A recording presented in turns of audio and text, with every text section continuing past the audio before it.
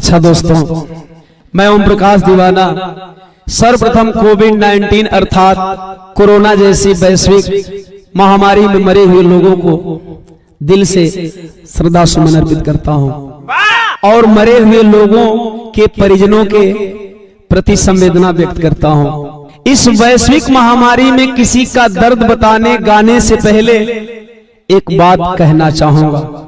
आप लोग देखते हैं, चाहे देश की राजनीति हो या प्रदेश की राजनीति हो, किसी भी दल किसी भी पार्टी के नेता आपके दरवाजे पे आते हैं तो यही कहते हैं कि ऐ देश के नौजवान, गरीब, मजदूर, किसान, आप हमें वोट दो, हम तुम्हें रोजगार देंगे, तुम्हारी गरीबी दूर कर देंगे। लेकिन आजादी के 72 साल बाद क्या किसी की गरीबी दूर हुई? किसी बेरोजगार को रोजगार मिला? क्या कभी उन नेताओं को ये कहते हुए सुने हैं, ऐ देश के अमीरों, तुम मुझे वोट दो, मैं तुम्हें अमीर बना दूंगा? नहीं साथियों, केवल वह राजनेता अपने निजी स्वार्थ के लिए आप लोगों से अपील करते हैं, आप गरीब से अपील करते हैं। यह बात तय करती है कि देश की राजनीति गरीबों पर निर्भर करती है। चाहे केंद्र की सत्ता हो, चाहे राज्य की सत्ता हो, कहीं न कहीं गरीबों के वोट से राज्य और देश की राजनीति तय होती है। खैर, ज्यादा कुछ कहना नहीं चाहूंगा। इस बिरहा से मैं यह सिद्ध कर दूंगा कि आजादी के 72 साल बाद भी गरीब क्यों गरीब होता जा रहा है और अमीर क्यों और अमीर होता जा रहा है। इस जवन आप लोगों के बीच में बिरहा जात बा, बड़ी इंतजार के बाद ये बिरहा का शीर्षक बा कोरोना का कहर और लॉकडाउन का साइड इफेक्ट। ये बिरहा के सुनने से पहले हाथ जोड़ के हम निवेदन करतनी कि जे भाई भी हमारे चैनल के सब्सक्राइब ना के सब्सक्राइब कर ले, ही बेल बटन दबा ले। 4 लाइन गरीबी के ऊपर कवि का भूमिका में भाव है। कैसे जीतन भैया?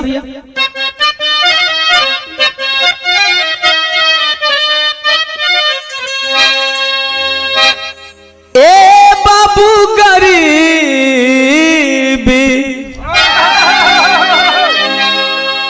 गरीबी में होता न कोई करीबी, जहर जिंदगी की बनी है गरीबी। कोई दे दो रोटी खिंचाता है फोटो, विवश जमानो हंसे बदनसीबी। सजदे में सर कोटि झुकते जहां पे, मंदिर मस्जिद गुरुद्वारों में होता न हल्ला। पूछे दीवाना कोरोना के भय से, कहाँ छुप गएगा ईश्वर वयल्ला।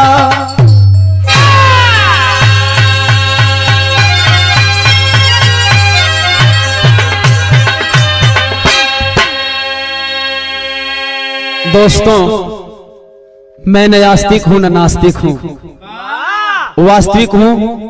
और शायद बात समझ में आ जाए तो आप लोग भी वास्तविक बनने की कोशिश करिएगा। जो बातें सच है आप उसी को मानने की कोशिश करिएगा। इस विधा से मैं अपील करूंगा। बिल्कुल नया नया गजल का मुखड़ा लगत बजीतन। कौनो आशिक अपना मासूका से बेइंतहा प्यार करत बा, कुछ दिन से होकर मासूका का थोड़ा रहन चाल बदलल नजर आवत बा।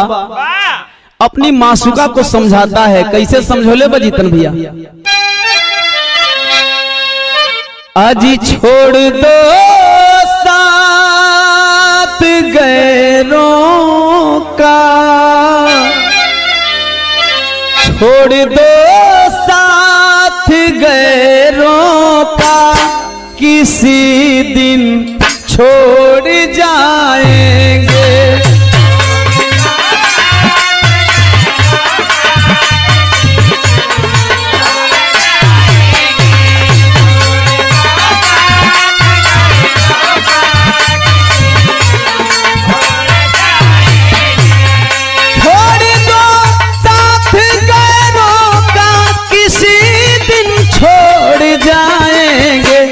टूटना दिल का क्या जाने, टूटना दिल का क्या जाने, कभी मुंह मोड़ जाएंगे।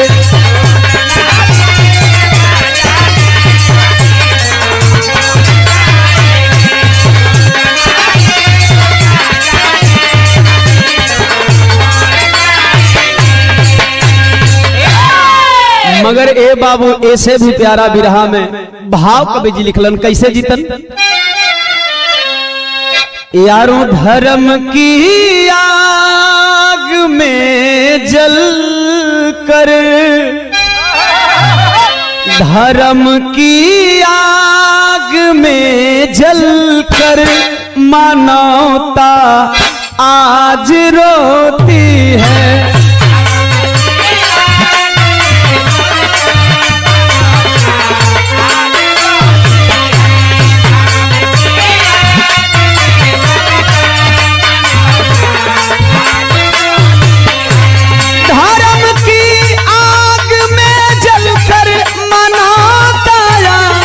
रोती है, पूछे कोई गरीबों से, पूछे कोई गरीबों से, गरीबी कैसी होती है, पूछे कोई।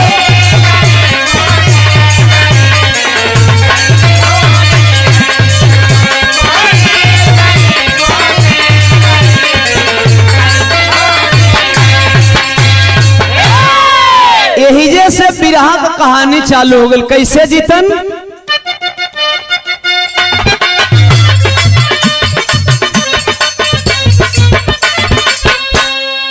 वैज्ञानिक तरीके से जीवन यापन करिए।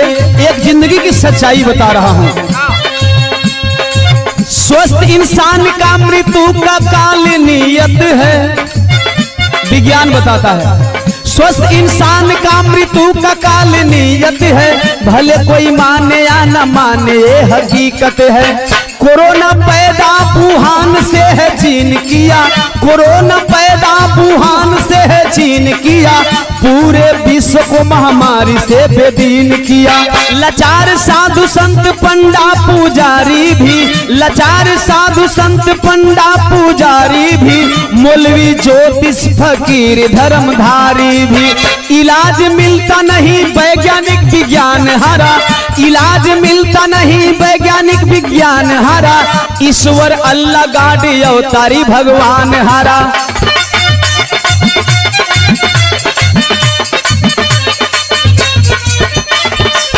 इसी महामारी का दर्द एक बताता हूँ, कहानी कानपुर शहर का सुनाता हूँ। राजा पाल राजू पाल दो सगे भाई, दुनिया छोड़कर चले गए बाबू माई। राजा पाल की लुगाई प्यारी सोना है, प्यार की बाग में खिला सुमन सलोना है। 20 अप्रैल सेहरा राजू सर सजाना था, 20 अप्रैल सेहरा राजू सर सजाना था, गरीबी लाचारी में पैसा भी जुटाना था। जो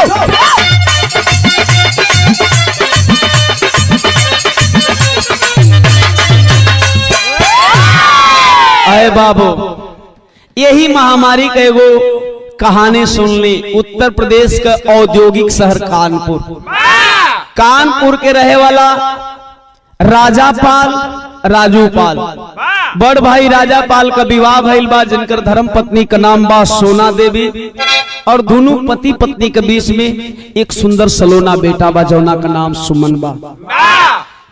छोट भाई राजा पाल का शादी 20 अप्रैल 2020 के रखल गईल बा। गरीबी में जीवन यापन होत बा, बाबू माई का साया बहुत पहले ही दोनों भाई के ऊपर से उठ गईल बा। गरीबी ऐसा चीज है बाबू जवन ना करे के तवन करा देले। 1 नवंबर 2019 के रतिया का राजापाल अपनी दुल्हन सोना के बोलौनन कहां देख रे पगली, छोट भाई का शादी का बोझा बा, पैसा का जरूरत बा, एक कानपुर में वैसा काम धंधा मिलत नहीं कि हमरा बाहर जाए का मन करत बा। जब इतनी बतिया वो गरीब का दुल्हन सोना सुनल सकलस, जाए के जाए लेकिन तनिका एगो हमार बात सुन ली, अगर बाई देवे समझ में आ जाता बहुत बढ़िया हुई। अपना पति से उका कहले बा, एक लाइन भोजपुरी तरह लगत बा, हमारे मित्र भाई प्रमोद की गीत है, बहुत पसंदीदा हमार तरज है। कोनो प्रेमिका अपना प्रेमी के दिल पर चोट के ऊपर चोट देती है, कैसे?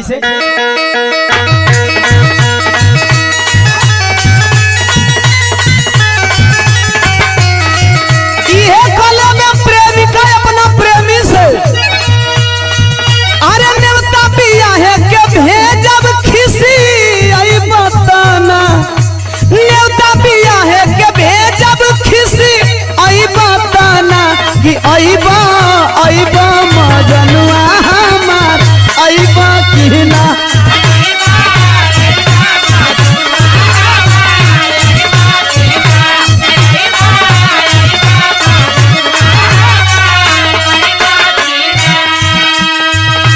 दुल्हनिया सोना अपना पतिदेव राजापाल से कहे, अरे दोनों भाई कमाई यही जे लुटी लहरा, दोनों भाई कमाई यही जे लुटी लहरा, सुनी सुनी सजनवा जानी जाई बहरा, सुनी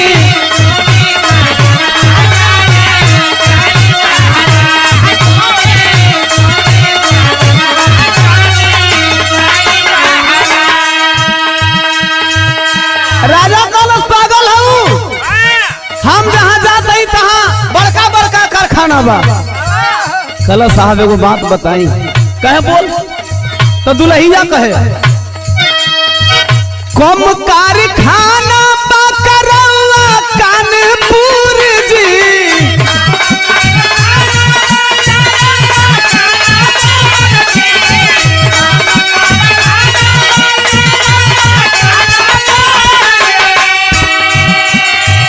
छोड़ परिवार काहे जात बानी दूर जी,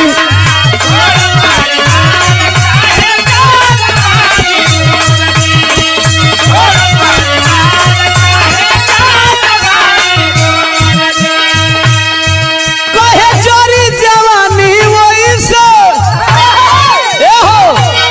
तनी यारो देखा एक बार हेबरो नजर फेरला मनोज भाई कौन जी खाली कैमरे पर नजर फेरेला कहा थे, अरे जरी जवानी वैसे जैसे जरे हरा, जरी जवानी वैसे जैसे जरे हरा, तो सुनी सुनी सजनवा जानी जाई बहरा।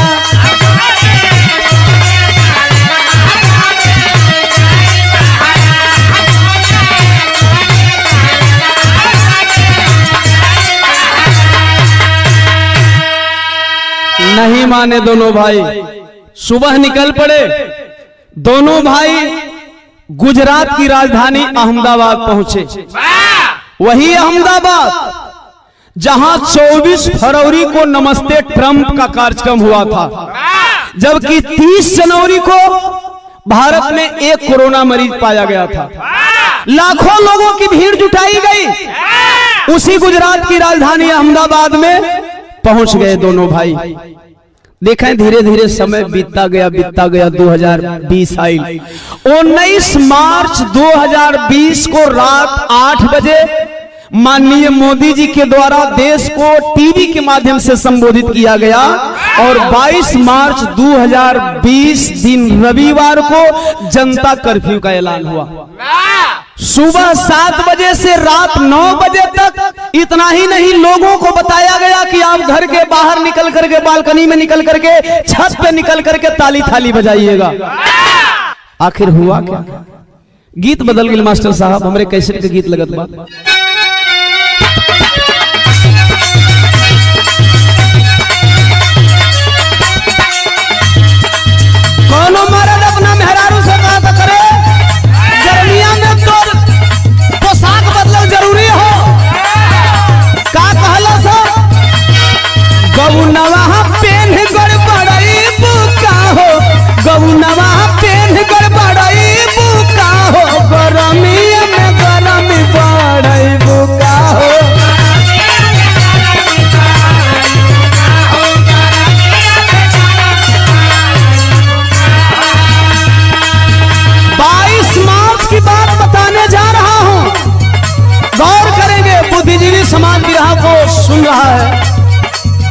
आशा करता हूं ये बात आप लोगों को पसंद आएगी।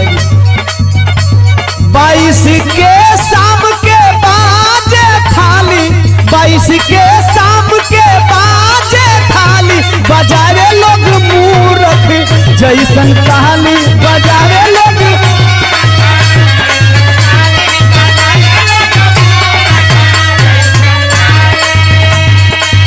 ये बात का दुख ना हो कि भारत के लोग ताली बजावले, बात का दुख ना हो। तू कौना बात कहो, बूढ़ावा जवान हो, नारी यहूरी नारी, अनपढ़ तयन पढ़ रहले, पढ़ल अनाड़ी।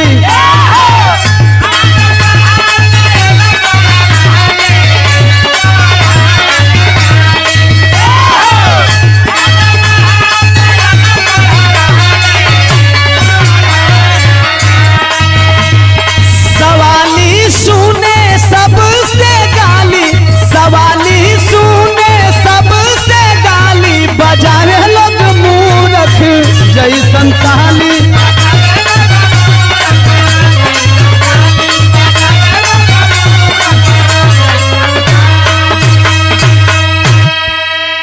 अरे बाबू 23 अप्रैल को एमपी अर्थात मध्य प्रदेश में बीजेपी की सरकार बनी और तुरंत 24 अप्रैल को माननीय प्रधानमंत्री नरेंद्र मोदी जी ने आकर के टीवी पे पुनः एक कह करके निकल गए कि 21 दिन के लिए लॉकडाउन, संपूर्ण लॉकडाउन किया जा रहा है देश में। पता है 25 मार्च से लेकर के 14 अप्रैल तक मोदी जी ने यह भी कहा कि 21 दिन में कोरोना का चैन टूट जाएगा और कोरोना से हम लोग जीत जाएंगे। खैर सारी बात मैं क्लियर करने जा रहा हूं इस विधा में। आया है धीरे धीरे टाइम बीतले बाबू, आई 5 अप्रैल का दिन, 5 अप्रैल 2020।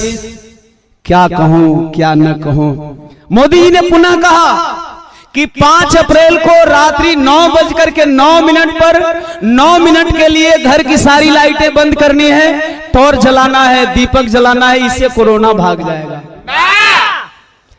हद हो गई मोदी जी का वैज्ञानिक दिमाग का। खैर लोगों ने ऐसा ही किया। राजा पाल अहमदाबाद से फोन करते हैं अपनी बीवी को, करे दीपकवा जलावत है ना। कलश घबराई मत, हाल चाल बतावत है मास्टर साहब। तनी एजा गीत बिल्कुल रंगीन मिजाज के लग गए। कौनो मर्द अपना मेहरारू से कहता कि अरे आजकल बदमाश हो गई हो, कि एमे ओमे सब में पास हो गई हो।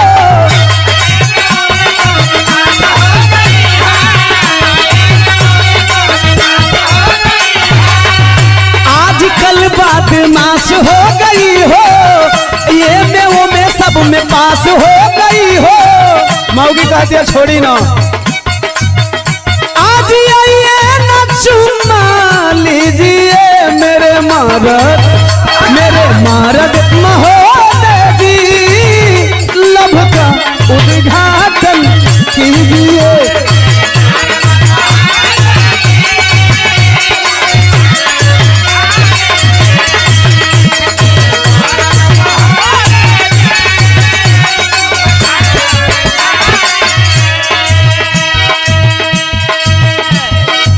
राजा से दुल्हनिया सोना कहे, अरे खाना पीना मेरा सब हो गया है।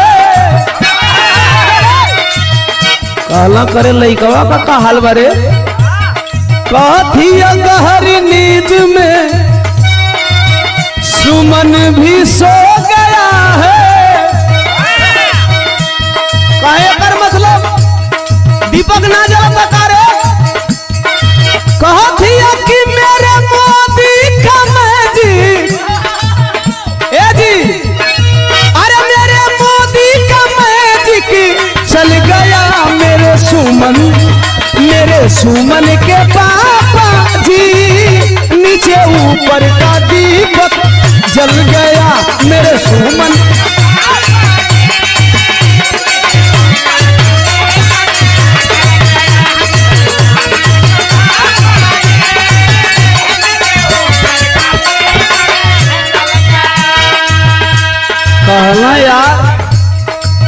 अहमदाबाद का रौनक बड़ी बढ़िया, अपने कानपुर का रौनक न देख पाई, दुल्हिया कलश हम फोनवे पर दिखा देते।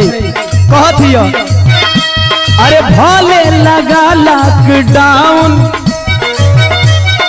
जगमग करे पूरा टाउन, ए जी सबे मगन मन छोड़े पटाखा, धुआं से व्योम हुआ प्राउन।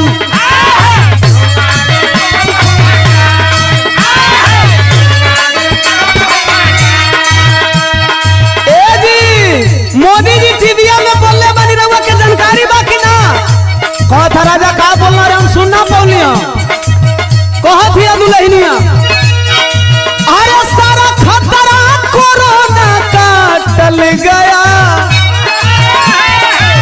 सारा खतरा कोरोना का टल गया, मेरे सुमन के पापा जी, नीचे ऊपर का दीपक जल गया।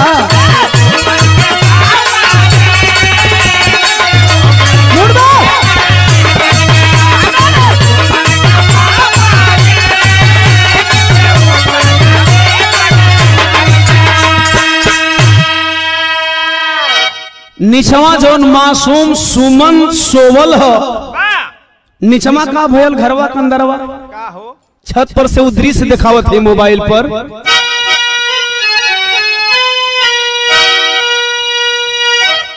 आज सोया था जिस रूम में सुमन, उसमें लग गई आग, एक चिराग जलाने में जल गया एक चिराग। जौना रूमवा में 7 साल का बेटवा सुमन सोवल है, बेड के ऊपर अलमारी वाले भाग पे किरोसिन का तेल रखा हुआ था, निचला भाग में मोमबत्ती जलत है, एक बिल्ली कूदी है और किरासन का डब्बा गिरल बा वही बेड पर, आ साथ ही साथ मोमबत्ती गिरल आग पकड़ लेलस। ई ऊपर माई समाचार सुनावत है, राजा पाल से नीचवा बचवा झुलसत हो। जब चीख की आवाज आई है नीचे आई, मोबाइल पे जब राजा चीख को सुना है, कलेजवा दहल गई। आनंद फानन में लोग लेकर के हॉस्पिटल भागे। आप लोगों ने देखा होगा कि इस लॉकडाउन में प्राइवेट से लेकर के सरकारी हॉस्पिटल का क्या हालात रहा।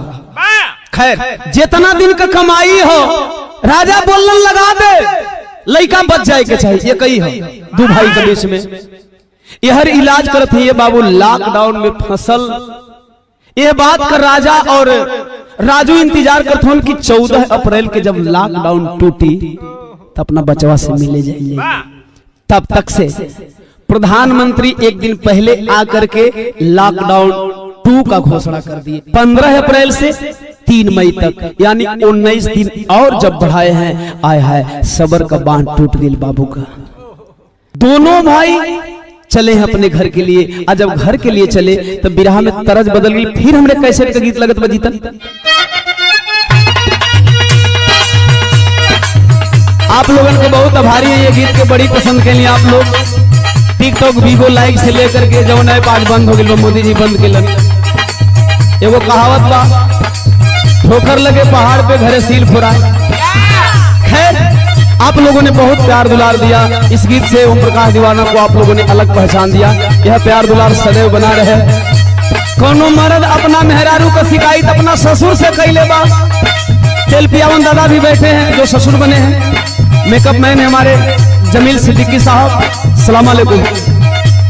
शिकायत कैली हम तहाई पढ़ल ससुर जी अनपढ़ राउर डॉक्टर मांगीला जहिया वाटर देवे ले टमाटर।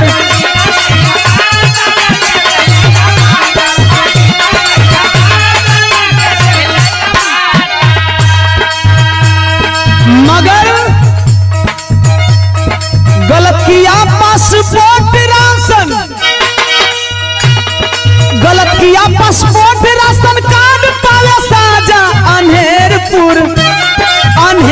पुरनगरी चौपट राजा।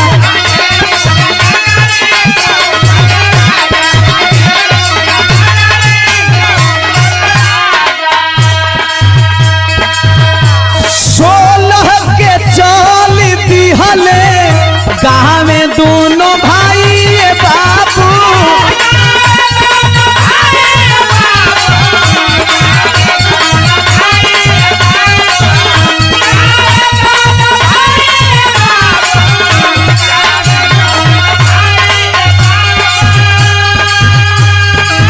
आज हम खेस पतालवा में बेटा संग माई बाबू।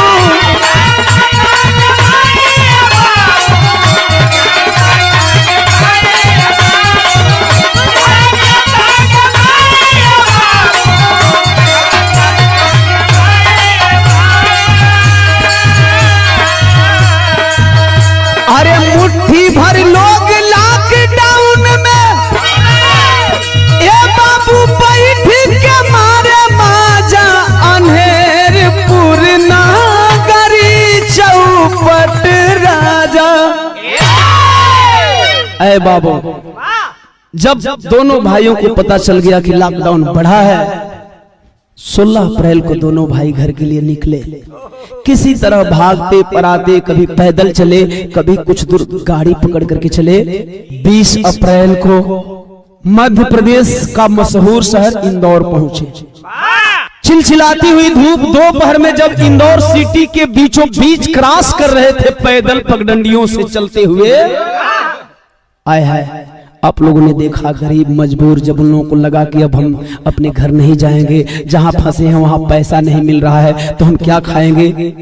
देश के करीब करोड़ों मजदूर, चाहे वह किसी भी जात धर्म बिरादर के रहे हो, पगडंडियों से निकल पड़े। आप लोगों ने टीवी के द्वारा देखा, पेपर के द्वारा पढ़ा, सोशल मीडिया के द्वारा देखा कि उन मजदूरों के ऊपर, चाहे वह किसी भी प्रदेश के प्रशासनिक व्यवस्था के लोग रहे हो, कितनी बेरहमी से लाठियां बरसा रहे थे, जैसे लगा कि कोई गुनाह करके आ रहे हो। फंस गए इंदौर के बीच में, रोक लिया पुलिस वाले, पकड़ करके दोनों मजबूर भाइयों के ऊपर लाठी डंडा बरसाना चालू कर दिए। बड़का भवा हुए लगल, कला साहब महारत हुआ साहब, एगो बात ना सुनबा, एगो बात सुनला साहब, एक बात तो हर जितना मन करी उतना मार लिया। का कहे मास्टर, भाव बदल गए।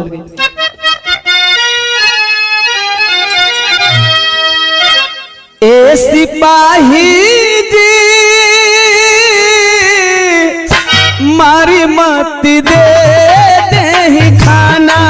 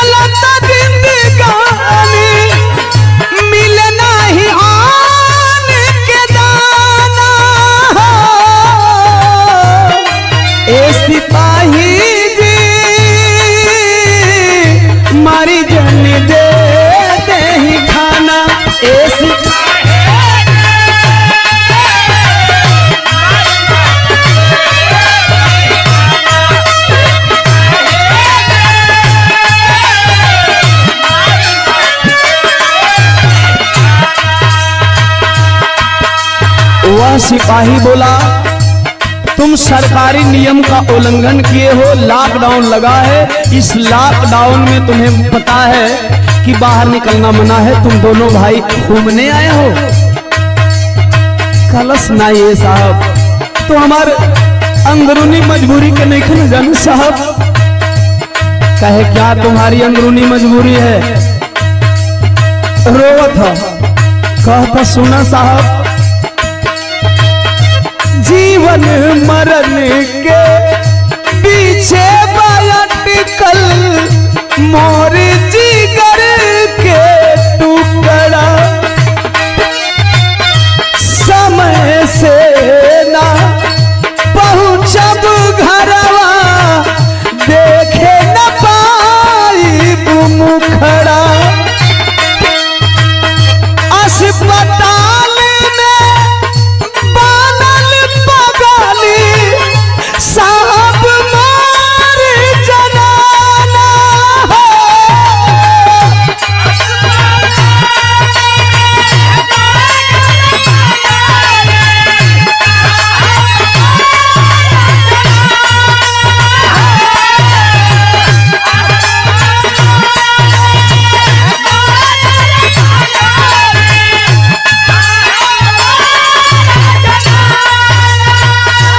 अस्पताल में बनल पगली साहब मार जनाना हो। ए सिपाही जी मारी मत दे दे खाना। ए सिपाही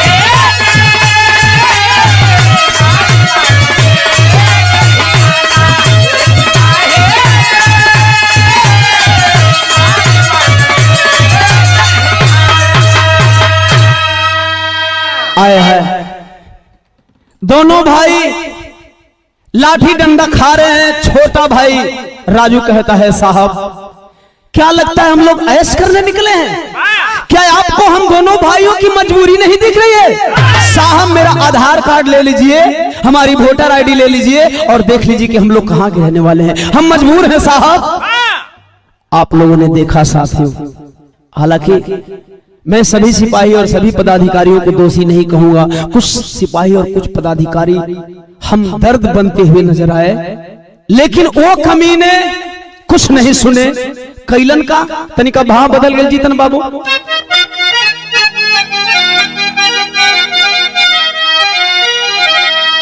ए बाबू वर्दी में छुपल साया तनावा होना की करे लागले गुंडा गर्दी बेईमानवा हो।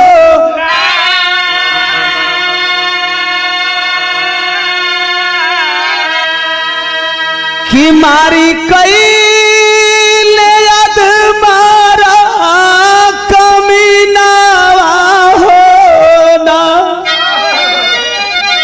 कि सस्ता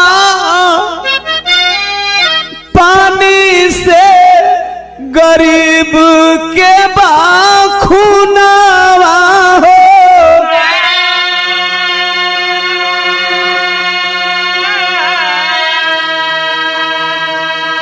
अधमरा करके हटा देते, साले जल्दी भागो मेरे सामने से, आंखों से ओझल हो जाओ। तो चली दी हले घायल भवनवा होना कि बोला बड़ा का से छोटा का बीरानवा हो।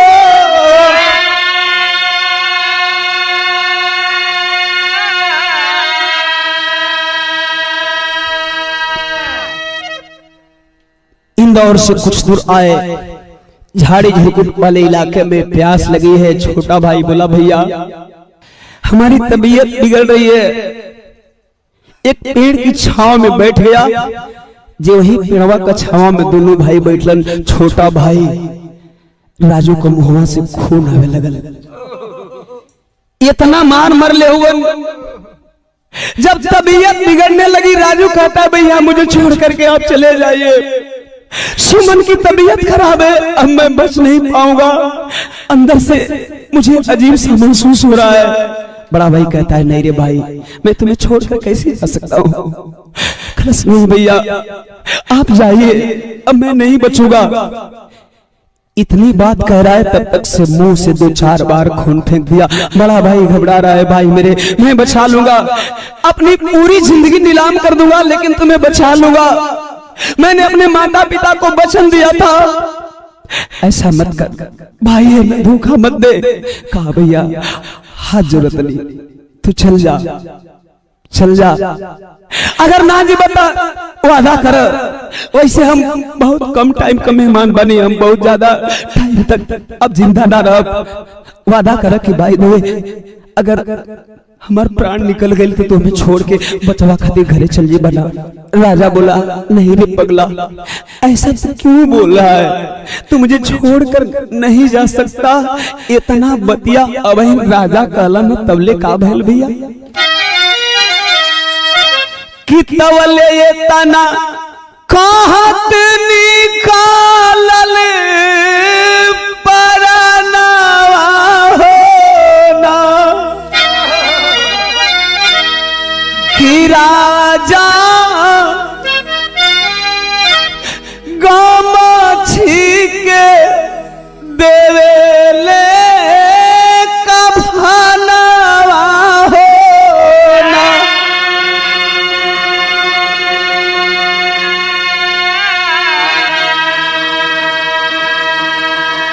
हाय रे मुसीबत, हाय रे महामारी, एक गरीब परिवार, एक गरीब भाई अपने भाई को आखिरी विदाई में कफन भी नहीं दे पाया, गमछिया उड़ावत उन अपना छोटका भाई राजू के। तब तक से सुमन फोन कर दिया, पापा पापा कब आएंगे पापा, पापा तबीयत बिगड़ती जा रही है पापा, कब आएंगे पापा। कफन उड़ावत है कलश बेटा, भगवान पे भरोसा रख। 7 साल का सुमन बोला भगवान भगवान पे भरोसा कर लो। पापा एक बात सुनिए, मुझे किसी भगवान पे भरोसा नहीं रहा। राजा बोला नहीं रे बेटा ऐसा नहीं बोलते, खलस मजबूरी में बोल रहा हूँ पापा, हमारी एक बात सुनिए। का कहले बा ओ मासूम बचवा सुमन अपने पापा से कि बंद ताला में भगवान, आप उस भगवान पे भरोसा करने की बात करते हो जो भगवान इंसान के आफत के समय में इंसान से पहले ताले में बंद हो गए। कैसे भरोसा कर लूं उस गार्ड पे, कैसे भरोसा कर लूं उस खुदा पे। पापा नहीं, मेरी बात सुनिए ना पापा, बंद ताला में भगवान ये पापा आ जाना, कुछ पल का हूं मेहमान ये पापा आ जाना।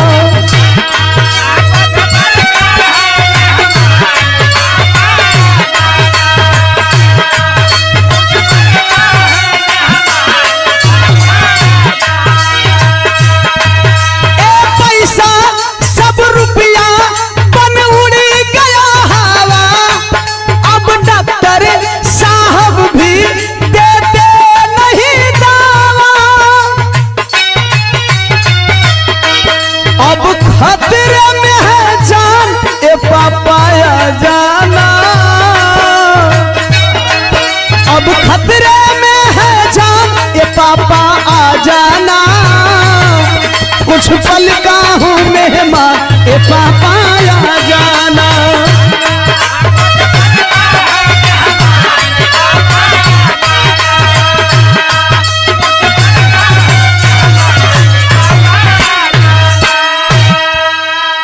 आए हाय हाय, बेटा बार बार बुला रहा था भाई को, वह राजा पाल कफन के बदले गमछा उड़ा रहा था। गमछवा उड़ा के कन्या पर रख के कुछ दूर हिलन लेके सोचत धन की 12 20 अप्रैल अगर लॉकडाउन न लगल हो तो काश आज अपने राजू का सेहरा सजा के राजू का ससुराल देती, समधी बनती, समधी का पगड़ी हमरा सर पर बनाई तो लोग कहतन कि एगो बड़ भाई अपने छोट भाई के बियाह आइल बा। कुछ दूर आए लाचार, कितने समय तक अपने भाई को कंधे पर ढो सकते थे। जंगल झाड़ी देख करके उस जंगल झाड़ी में फेंक करके वह राजा पाल अपने घर को निकले। जब घर बदे निकलन पर दिलवा रोवत है और दिल में एगो सवाल है, कोसत मन मनवा में ये भारत के पाखंडवाद के ऊपर दिल में विचार कर कहा कि कैसन रहे पंडित के अरे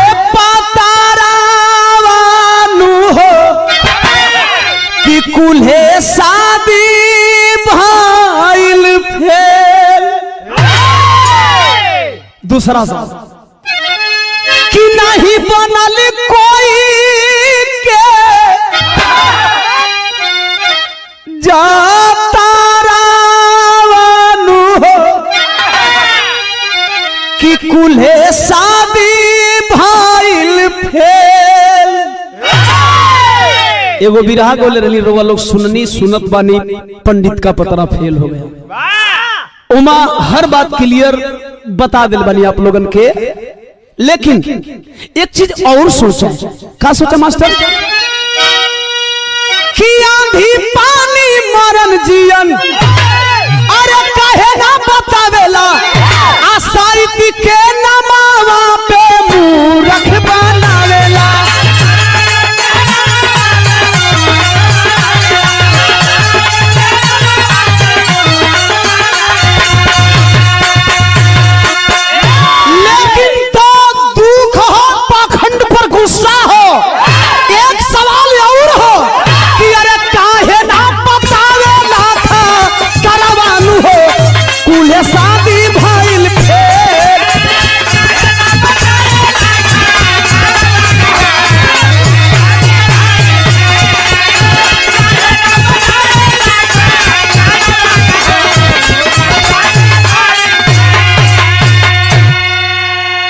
आए बाबू बिरहा की शैली में कवि जी भाव दहलन करिया।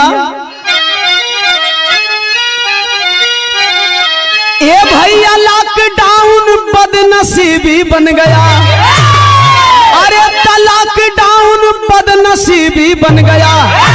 तो एक और हंसे अमीरी एक और रोवे गरीबी। भारत के दलित गरीब मजदूर असहाय बेबस लाचार मतदाताओं को ओम प्रकाश दीवाना इस बिरहा के माध्यम से एक संदेश दे रहा है। इसे आप लोग अपने दिमाग की डायरी में नोट कर लेंगे तो शायद आप लोगों को दोबारा ऐसा दिन देखने को नहीं मिलेगा। क्यों? क्योंकि जो वोट के खातिर घर घर में मुर्गा दारू बंटवाए हैं, इस वैश्विक महामारी में वो नेता नजर न आए हैं। क्वारंटाइन हुए हैं सब सांसद, मंत्री, विधायक, जिला पंचायत, ग्राम प्रधान, मुखिया, सरपंच भी नालायक। लेकिन याद रखना, आपकी महामारी में नजर नहीं आए, वो नजर आएंगे, नजर आएंगे। अगले चुनाव फिर आएंगे, तुम्हें लाली पाप दिखाएंगे। तेरे छोड़े हुए जूठन को निज स्वार्थ में कपटी खाएंगे। एक मत का मूल बता देना, उनको औकात दिखा देना। कालिख लगा गधे पे बिठा जूतों का हार पहना देना।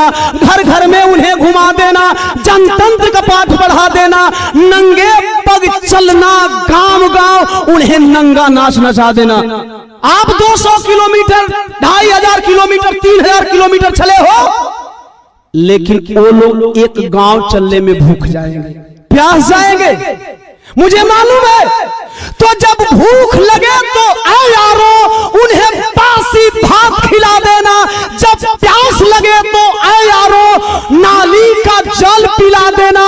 तुम जितना दर दर भटके हो उतना उनको भटका देना। ऐ देश के मजदूर, जवान, किसान, चाहे किसी भी जात धर्म संप्रदाय के हो, ओम प्रकाश दीवाना की इस बात को याद कर लेना, तुम जितना दर दर भटके हो उतना उनको भटका देना। तुम हारे नहीं कोरोना से, तुम हारे नहीं कोरोना से, पर मत से उन्हें हरा देना, पर मत से उन्हें हरा देना। ऐ दोस्तों, कुछ हमारे अजीज बिरहा प्रेमी हैं, मुझे पता है कि वो मेरा बिरहा पसंद करते हैं, लेकिन फिर भी जिनकी आंखों में जात, धर्म, संप्रदाय, सामंतवाद, पूंजीवाद की पट्टी बंधी हुई है, जो अंधविश्वास और अंधभक्ति में विश्वास रखते हैं, वे लोग कहते हैं दीवाना तुम बिरहा बहुत अच्छा गाते हो लेकिन राजनीति करते हो। वैसे अजीजों को मैं बता देना चाहता हूं कि अगर दलित, गरीब, मजदूर, मजलूम, बेबस, लाचार की आवाज उठाना अगर राजनीति है तो हाँ, ओम प्रकाश दीवाना राजनीति करता है। अगर गरीबों की बात समाज के बीच में रखना राजनीति है तो हाँ, मैं राजनीति करता हूं। एक बात और वैसे लोगों के लिए कह देना चाहता हूं, अगर सच कहना बगावत है तो बागी नाम है मेरा। खैर बिरहा में बहुत सारी बातें हैं, अब बिरहा को थोड़ा अलग मोड़ पे लेकर के चलना चाहता हूं। जब राजा पाल घरवा पहुंचलन तो घरवा का हाल का है, वो कानपुर का हालात कैसन है मास्टर, बिरहा का आखिरी तरज लग गई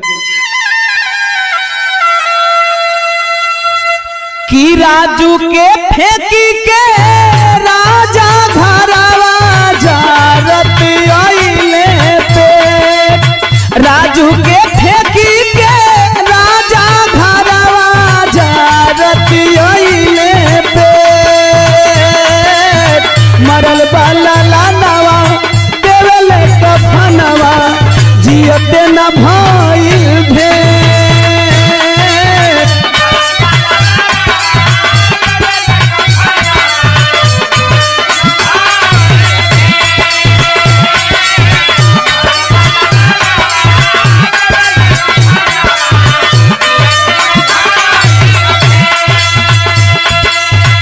लाश प्यास राझर बर से राजा सोना निकले घर से,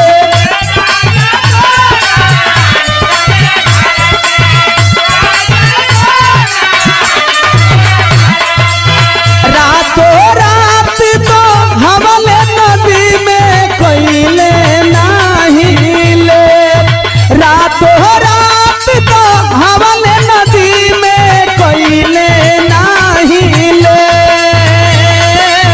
मरल बाला लानवा देवले कफनवा जियते न भइल भे।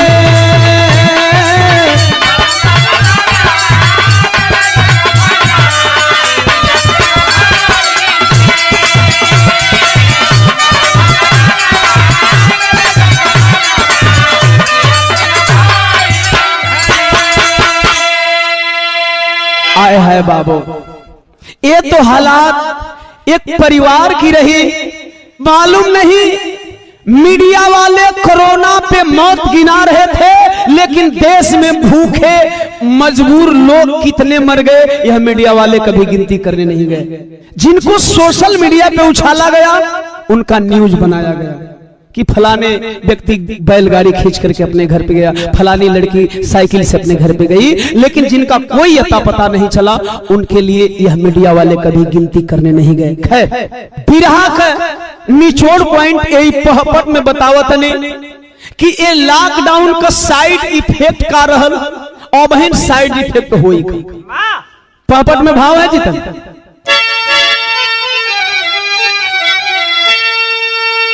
कि अरे बंद बा 4 चरण में गांव टाउनवा लॉकडाउनवा में, ए भैया बंद बा 4 चरण में गांव टाउनवा लॉकडाउनवा में, अलग अमीर गरीब के नियम कानूनवा लॉकडाउनवा में।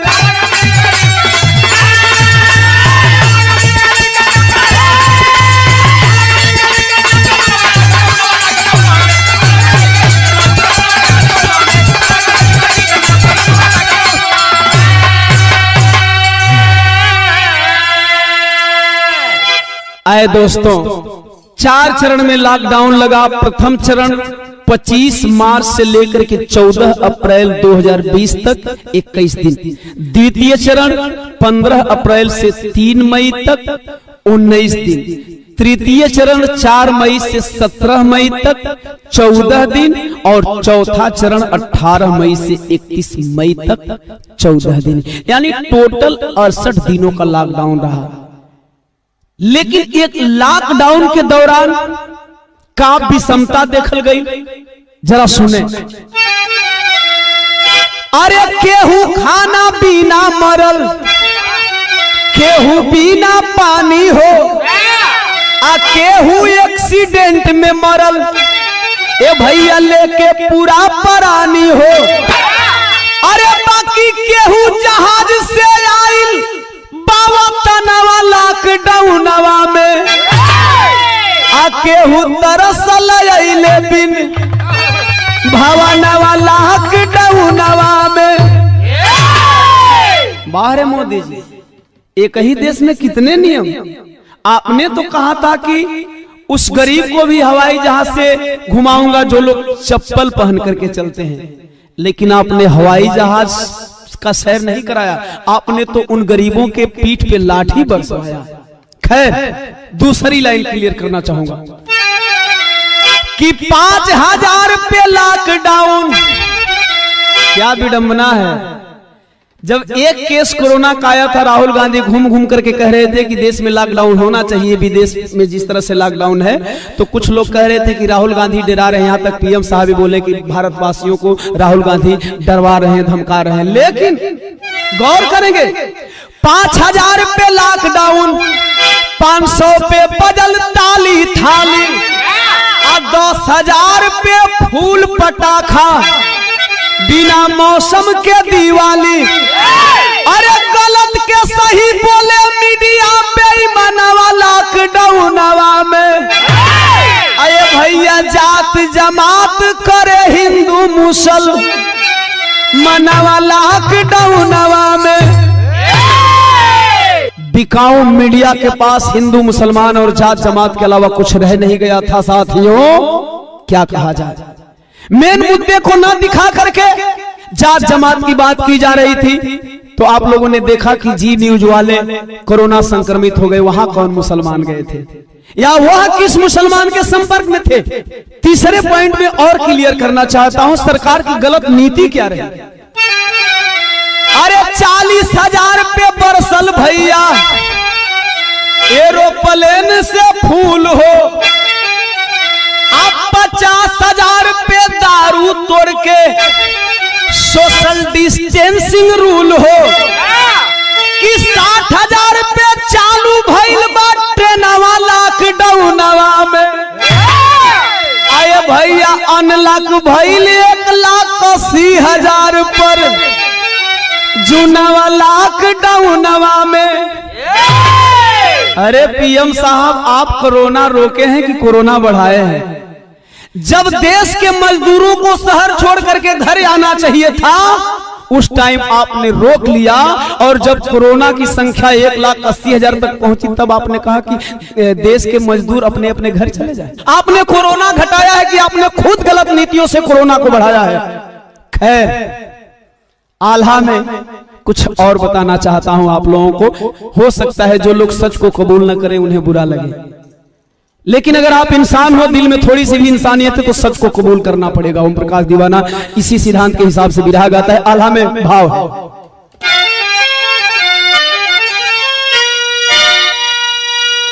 कि अरे जैसे 47 में अरे पैदल चलल लोगवा भैया, अरे वही से 72 साल बाद चले लोग।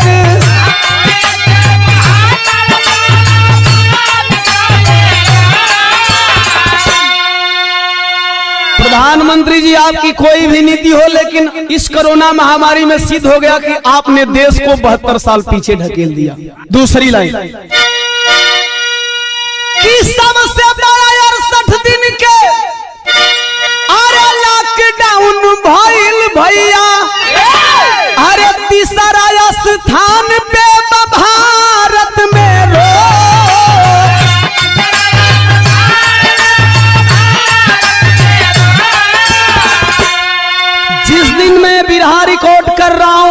की ताजा हालात, आज का न्यूज बता रहा है कि कोरोना मरीज 6 लाख पार कर गए।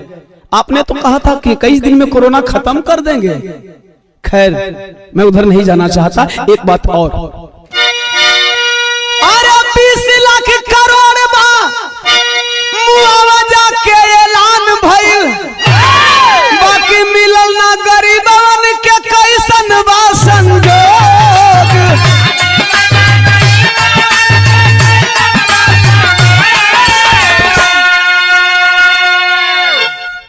और क्या मिला था? 20 लाख में किसी की हिस्सेदारी बनी है, वो किसकी हिस्सेदारी बनी है? अरे 8 लाख करोड़ मिलल पंडा पुजारी लोग के, अरे जेकर 68 दिन खातिर बंद रहे भोग।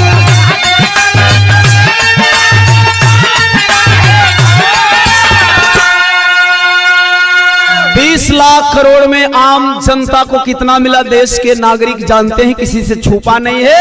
लेकिन उसमें 8 लाख करोड़ देश के पंडा पुजारियों के नाम किया गया, जिन लोगों का रोजगार बंद था।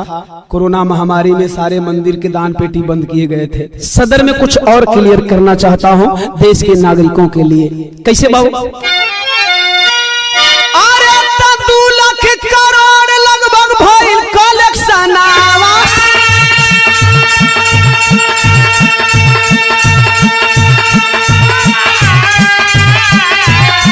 पीएम केयर फंड के हिसाब मांगे थे। ये बाबू कमल किनारे लगी देशवा के नहीं,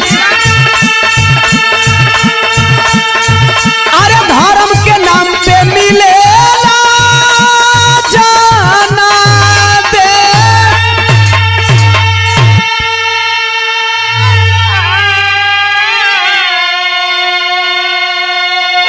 देश के किसान मजदूरों से, खासतौर से भारतवासियों से और देश के राजनेताओं से मेरा एक सवाल है कि भारत में कोरोना महामारी राजनीति है या घोटाला है? क्यों? क्योंकि पहले एक राहत कोष था जिसका नाम था प्रधानमंत्री रिलीफ फंड। प्रधानमंत्री अध्यक्ष होते थे तथा सरकारी ऑफिसर्स तथा विपक्ष के नेता मेंबर हुआ करते थे। अब दूसरा प्रधानमंत्री केयर फंड, प्रधानमंत्री जी अध्यक्ष तथा राजनाथ सिंह, निर्मला सीतारमण तथा अमित शाह जी सदस्य हैं। ये सब लोग बीजेपी के हैं। इस रिलीफ फंड में देश के नेता, अभिनेता, उद्योगपति, बड़े बड़े अमीर लोग जो डोनेशन दिए, आप भारतीय हैं। सोच लीजिए, क्या किसी भी व्यक्ति के ऊपर देश के प्रधानमंत्री 1 करोड़ रुपया भी खर्च कर पाए हैं? नहीं। प्रधानमंत्री जी ने कहा कि हर गरीब मजदूर को 5 किलो चावल या 5 किलो गेहूं दिया जाएगा और 1 किलो चना दिया जाएगा। बाहर प्रधानमंत्री साहब, क्या गरीबों की नीलामी की है आपने? किस तरह से गरीबों का सौदा करते हैं आप? कोई गरीब 5 किलो में कैसे दिन चला सकता है, कैसे 1 महीना गुजारा कर सकता है? उन गरीबों का आप रोजगार छीन लिए, उन गरीबों को आप बेसहारा बना दिए जिन्हें आपके 5 किलो अनाज की आवश्यकता नहीं थी। वह गरीब अपना खून पसीना बहा करके प्रतिदिन 500 रुपया से लेकर के 1000, महीने का 15,000 से लेकर के 20,000, 30,000, 35,000 तक कमाते थे। आज उन्हें आप 5 किलो राशन देकर खरीद रहे हैं, एहसान जता रहे हैं। नहीं चाहिए आपका 5 किलो राशन। एक सवाल है देश के सभी नागरिकों का आपसे, चूंकि आप देश के अगुवा हैं। क्या सवाल है? खड़ी में भावा।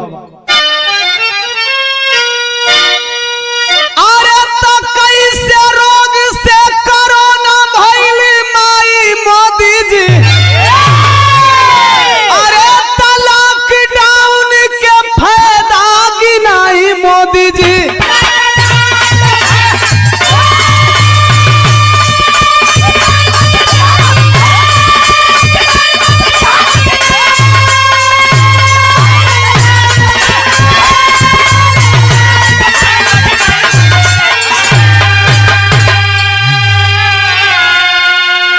जात धर्म के नाम पे चले नेता लोग के धंधा हो, आ गई जीडीपी 4 से नीचे, सब भइली अंधा हो। अरे तो खाली टीवी पर ना मन के बात सुनाई खाली रहुआ मन का बात सुनाए कि गरीबन का मन का बतियो सुनो।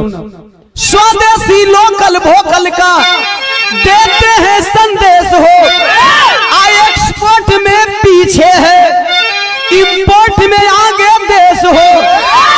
आप कहते हैं स्वदेशी बनो, स्वाभिमानी बनो, आत्मनिर्भर बनो। अरे साहब, कभी देश का एक्सपोर्ट और इंपोर्ट पे ध्यान देते हैं? कभी देश के आयात और निर्यात पे ध्यान देते हैं कि देश में आयात की दर बढ़ चुकी है और निर्यात की दर घट चुकी है, देश में उत्पादन हो नहीं रहा है, फिर भी कह रहे हैं कि आप स्वदेशी बनो, आत्मनिर्भर बनो। एक बात और कहना चाहता हूं, देश की आवाज है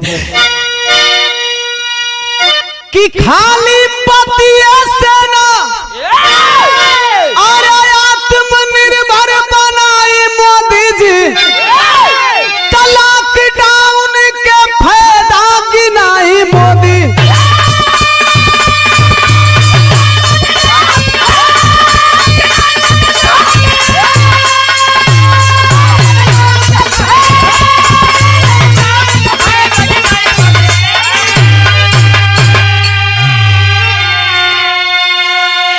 सवाल तो बहुत सारे हैं, लेकिन बिरहा एंड हुआ। आखिरी लाइन में कहना है, कहें गुरु सुरेंद्र अब खतरे में पड़ी आजादी, अंबेडकरवादी बहुजन अब जागो समाजवादी। अरे लॉकडाउन बदनसीबी बन गया,